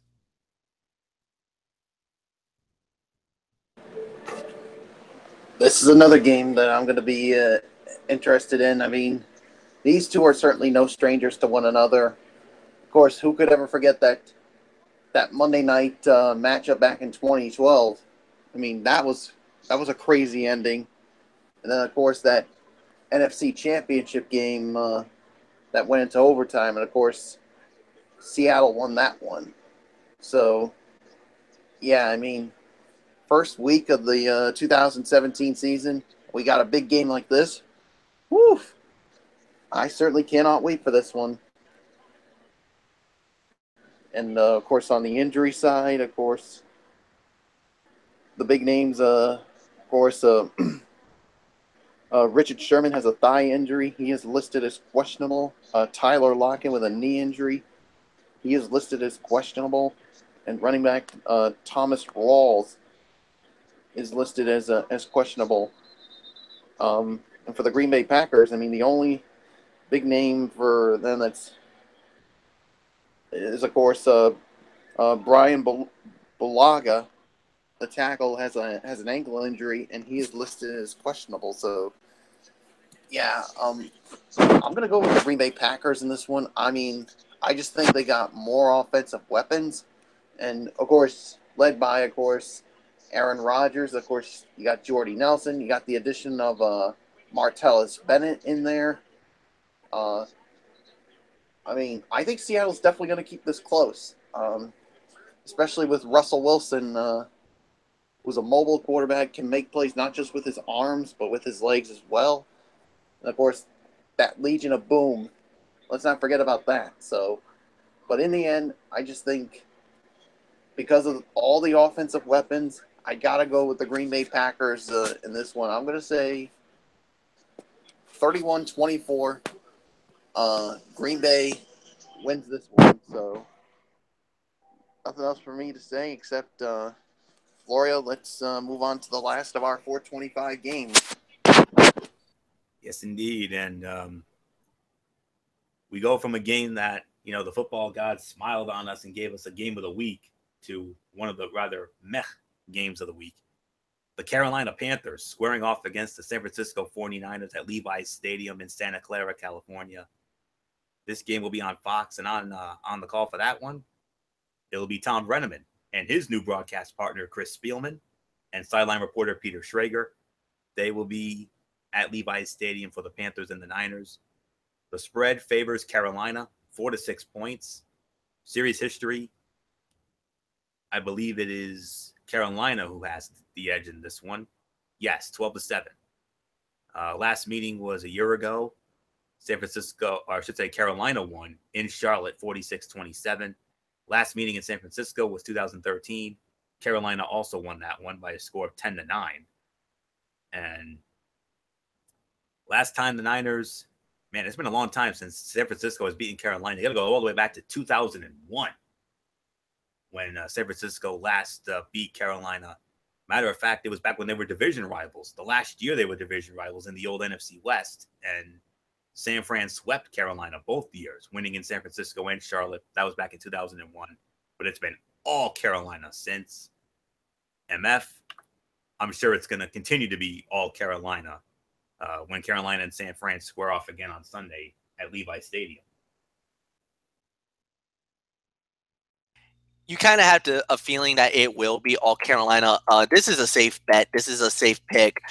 I think Carolina will win this game pretty handily. I don't think you got to worry about Cam Newton in this game because they got enough weapons here more than anything else to get the job done.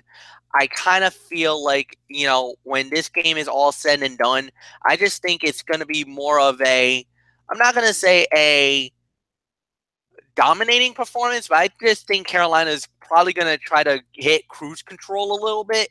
They're going to win the game. They're going to win this match. And it's just going to be one of those where you got nothing to worry about. It's kind of good performance, solid gameplay. Really more than anything else, give me the Carolina Panthers to win this pretty handily, and nothing more to say. So, Mike Bullock, it's yours.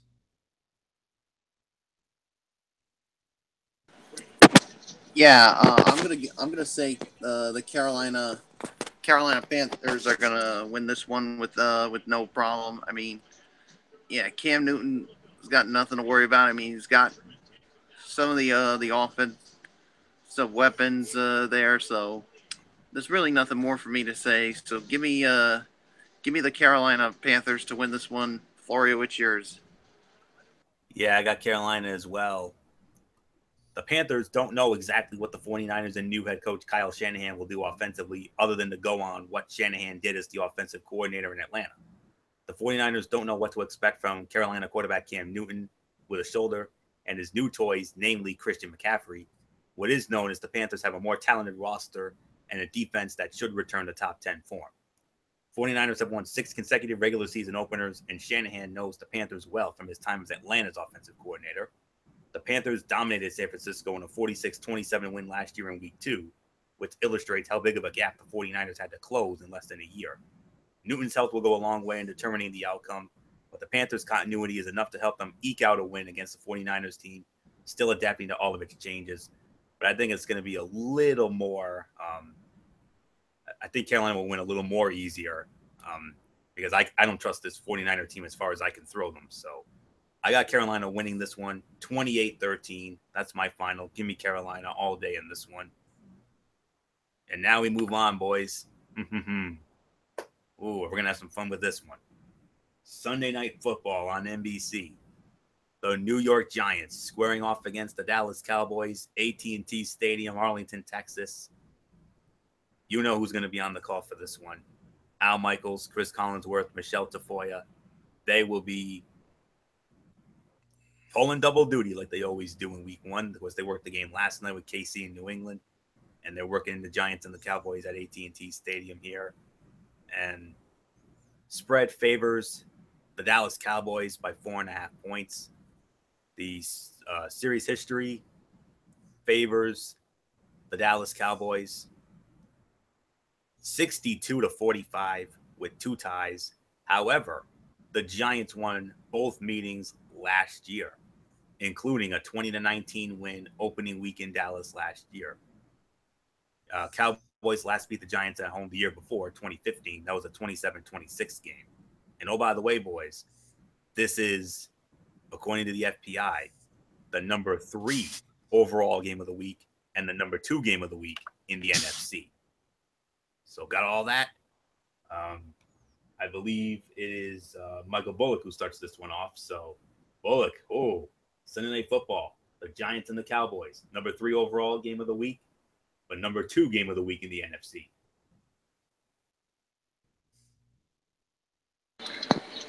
Oh boy, I mean, 2 of the biggest rivals in the NFC East going at it to start off week 1.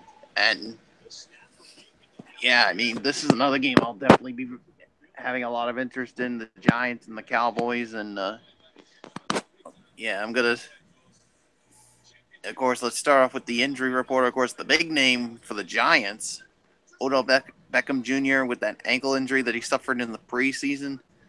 He is listed as questionable. And for the Cowboys, linebacker Anthony Hitchens has an ankle injury, and he's currently listed as out. So, and guys, let's not forget the big story that broke earlier tonight. Ezekiel Elliott has his suspension temporarily banned by the court system. So, unless something goes down quickly, there's a feeling that he could be playing the entire season. So that's going to change the whole outlook of that NFC East. I mean, I know some people said before the suspension that they thought maybe the Giants would take advantage of it and maybe win it, but yeah, I mean, some of us, I think we had Dallas winning that division anyway. So, but now with Ezekiel Elliott looking like he may play the entire season, he could. I mean, that's going to be a huge boost for that Dallas team. So, yeah, of course, can Ezekiel Elliott repeat his rookie breakout season? But then again, can the same be said for Dak Prescott? This is going to be something to see this season. So, but either way, I feel like, and plus, let's not forget, I mean, the Dallas Cowboys, of course, they're coming off of a devastating loss in the NFC divisional round to the Green Bay Packers. I mean, because Dallas was the number 1 seed. Many people thought they were going to go to the Super Bowl, but that did not happen. So, Dallas Cowboys winning this one, I'm going to say 34-24. Dallas beats the New York Giants. I mean, would it surprise me if the New York Giants won this game? No, I wouldn't be so. But give me Dallas to win this one. Florio, it is yours. Oh, my. Let me see what I have here. Matchup quality does not factor in Odell Beckham Jr.'s availability, but if it did, the injured ankle threatening the electric whiteout's week 1 status could alter this rating. Beckham has been known to deliver particularly impressive highlights against the Cowboys after all. Beckham and the Giants-Cowboys rivalry aside, there's good reason for this matchup to be rated as highly as it is. Dallas, plus 3.8, and New York, plus 1.9, are the 2 best teams in the NFC East. And despite all the success the Cowboys had last season, they were 0-2 against Big Blue. That was in large part due to the Giants' defense, which FPI believes is currently, believe this or not, the best in the NFL. The Giants won last year's opener 20-19 and swept the season series. The matchup is ideal for the Giants. The Cowboys don't have the personnel on defense to expose the Giants' weakness at offensive tackle, and the Giants do have the defensive front to slow the Cowboys' running game. Their second-ranked run defense held Ezekiel Elliott to 158 yards on 44 carries in the 2 meetings last year, well below his season average. The past 2 years, these teams also met in the season opener at AT&T Stadium, and the margin of victory was 1 point. In the 8 previous meetings at AT&T Stadium, only 1 has been decided by more than a touchdown. The past 2 games have been decided by a point. The Cowboys get a boost from knowing Elliott will be on the field. For the Giants, even if Odell Beckham Jr. plays, he will not be at full strength. The Cowboys feel like they owe the Giants one after getting swept by them a year ago.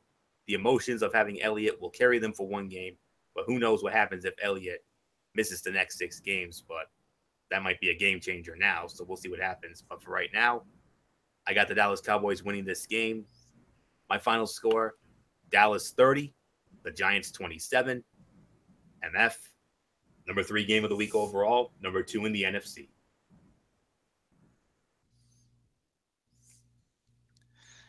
This is going to be an interesting matchup, but now that Ezekiel Elliott is clear to play, initially I was going to go with the Giants.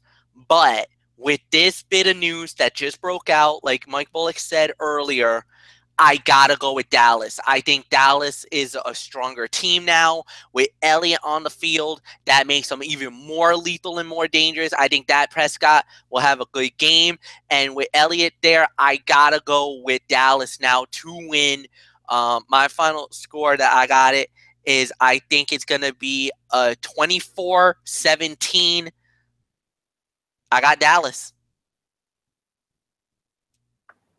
And now we move on to Monday Night Football, a doubleheader once again, both on ESPN.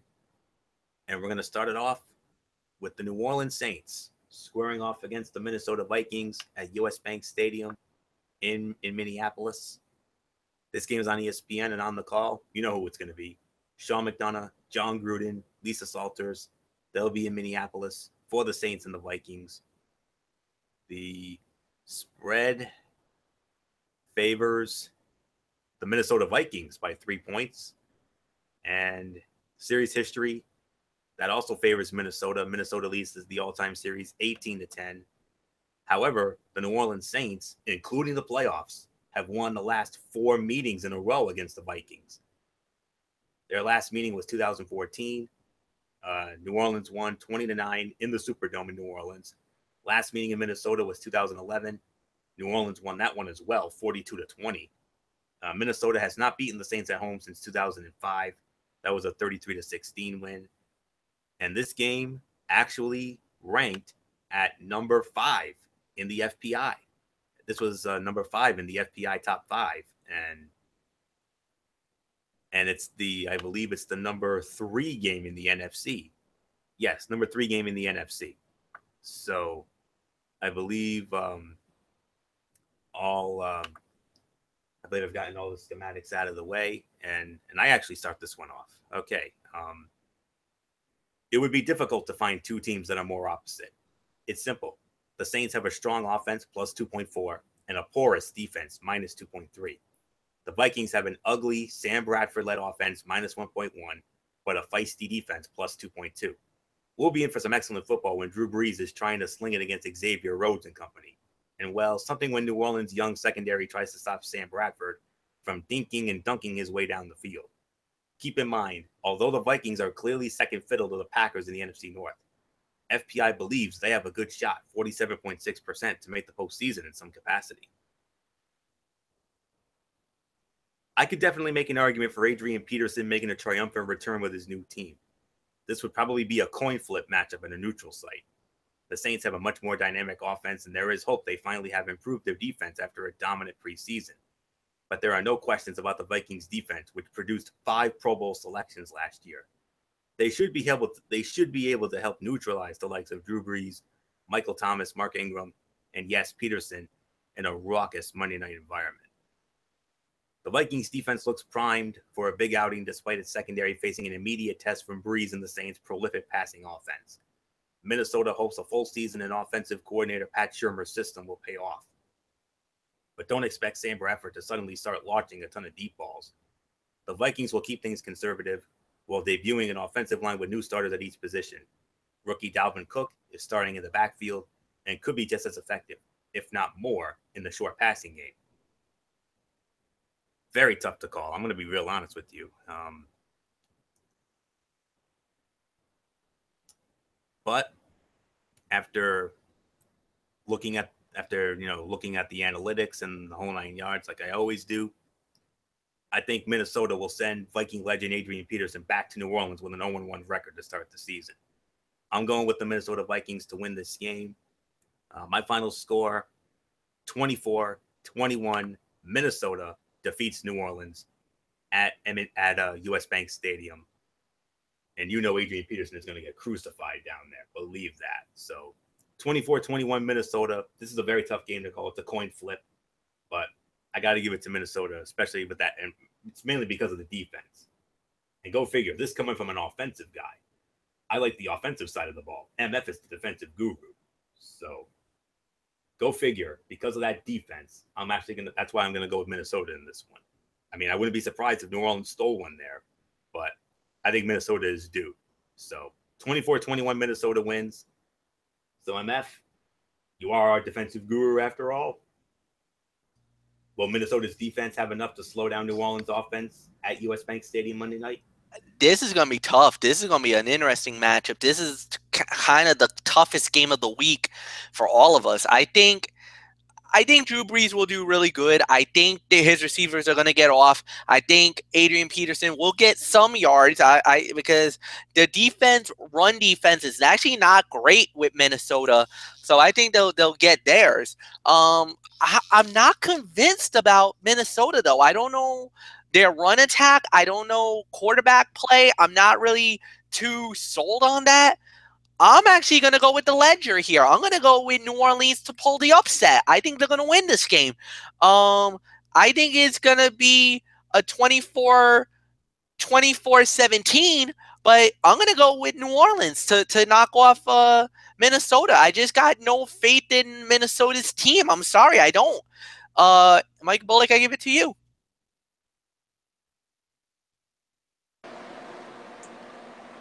Yeah, this is a tough one, but I'm gonna have to go with Fletch in this one. I'm gonna have to go with the New Orleans Saints to win this one. I mean, Adrian Peterson, of course, he's going to be returning to Minnesota. I think he's going to be motivated. I think he's going to have a big game, and of course, you still got Drew Brees in there. And I mean, Minnesota's good, but I'm just not really impressed with them. So yeah.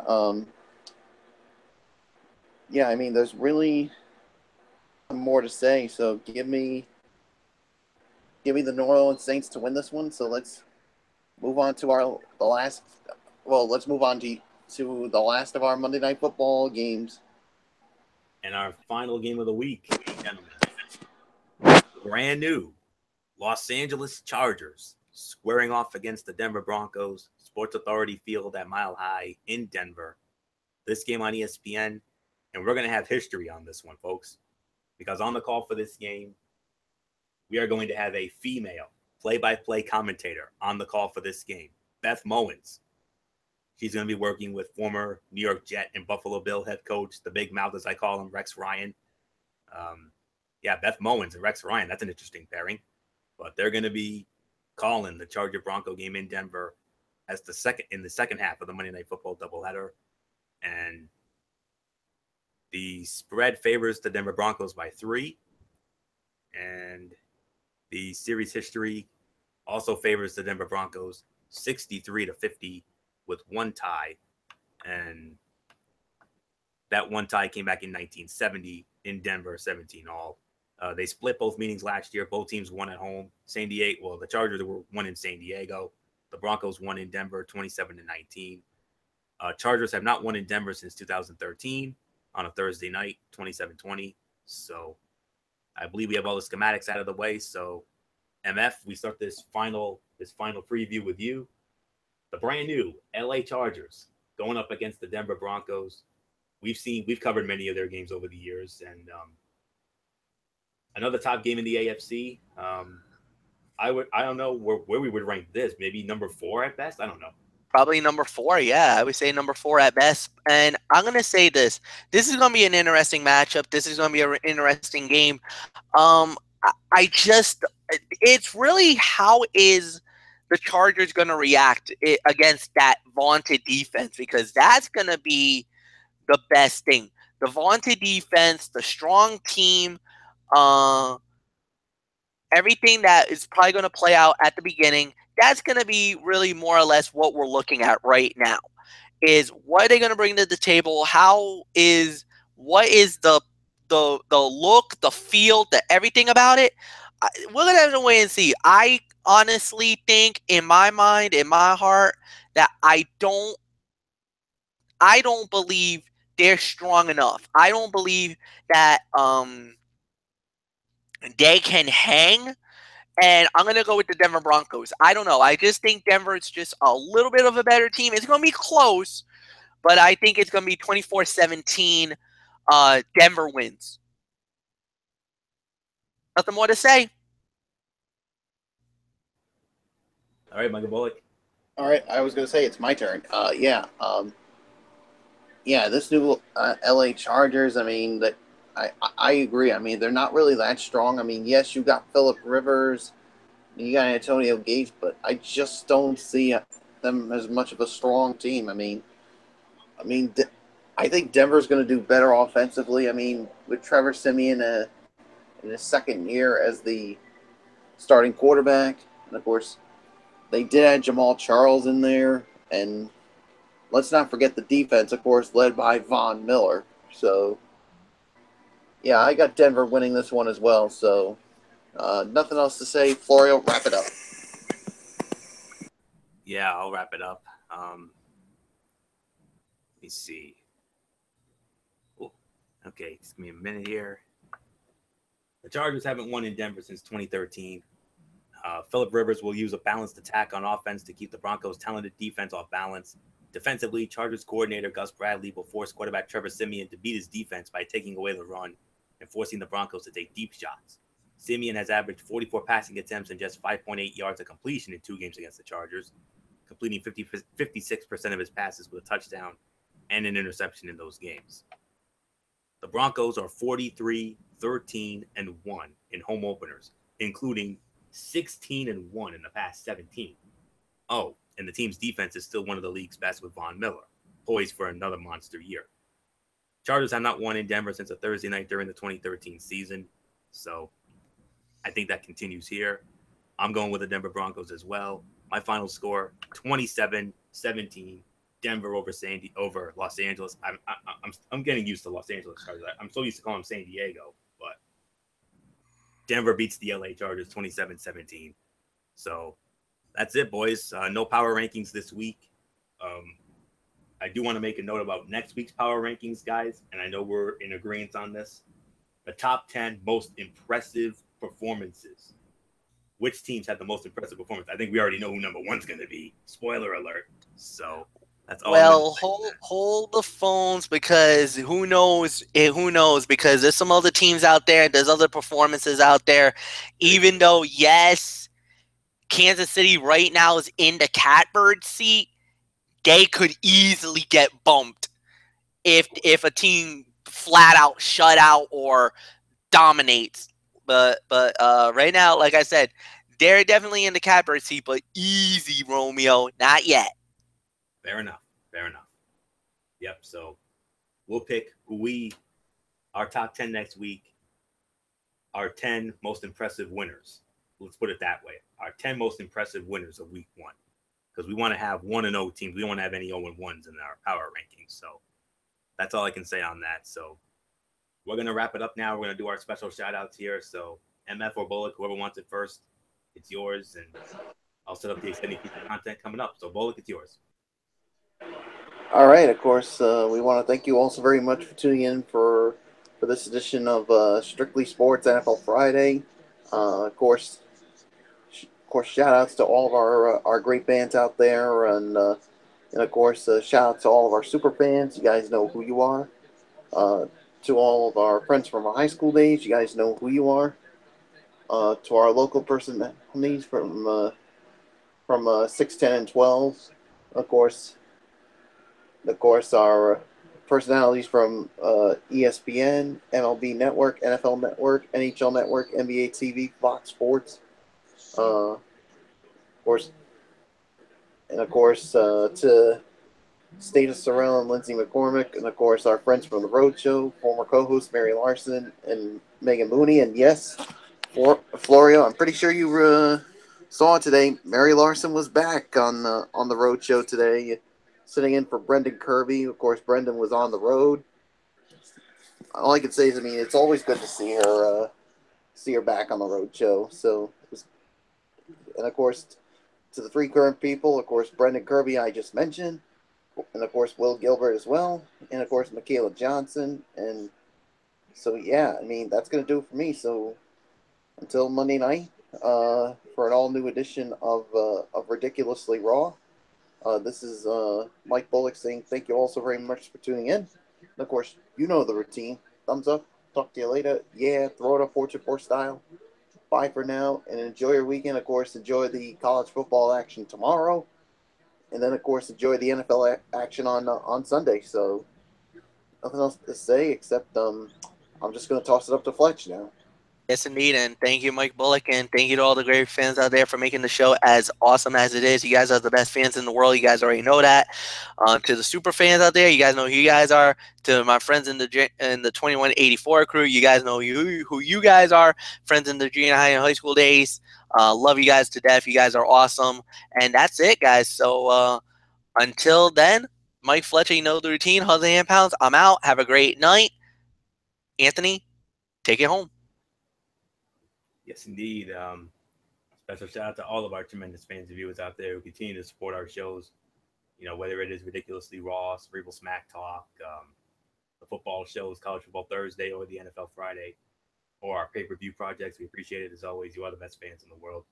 Of course, special shout out to Dee Dee Woodson, Kevin Woodson, and the Woodson family, Matt Ward, Jason Hicksonball, Daniel Luttrell from the UK, our other First Ladies, Kaiser Butler, Megan Silva, and Lexi Calloway, and of course our other crew members, the likes of Tommy Souza, Eric Carrier, Jimmy Alden, Al Braderson, and Rob Parsons, and of course the man himself, Derek Ferreira, Falcon Striker 445, and all of our personalities from 6, 10, and 12, ESPN, Fox Sports 1, NFL Network, NHL Network, NBA TV, MLB Network. You know who you guys are.